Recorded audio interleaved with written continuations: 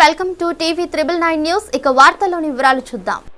భద్రాద్రి కొత్తగూడెం జిల్లా పాల్వంచ మండల పరిధిలోని జగన్నాథపురం, కేశవాపురం పెద్దమ్మ తల్లి ఆలయంలో ప్రత్యేక పూజలు నిర్వహించిన డిప్యూటీ సీఎం బట్టి విక్రమార్క, మల్లు సతీమణి నందిని. ఈ యొక్క గ్రామంలో పాల్వంచ కాంగ్రెస్ పార్టీ పట్టణ అధ్యక్షులు నూకల రంగారావు మరియు నాయకులు, కాంగ్రెస్ పార్టీ కార్యకర్తలు పాల్గొన్నారు.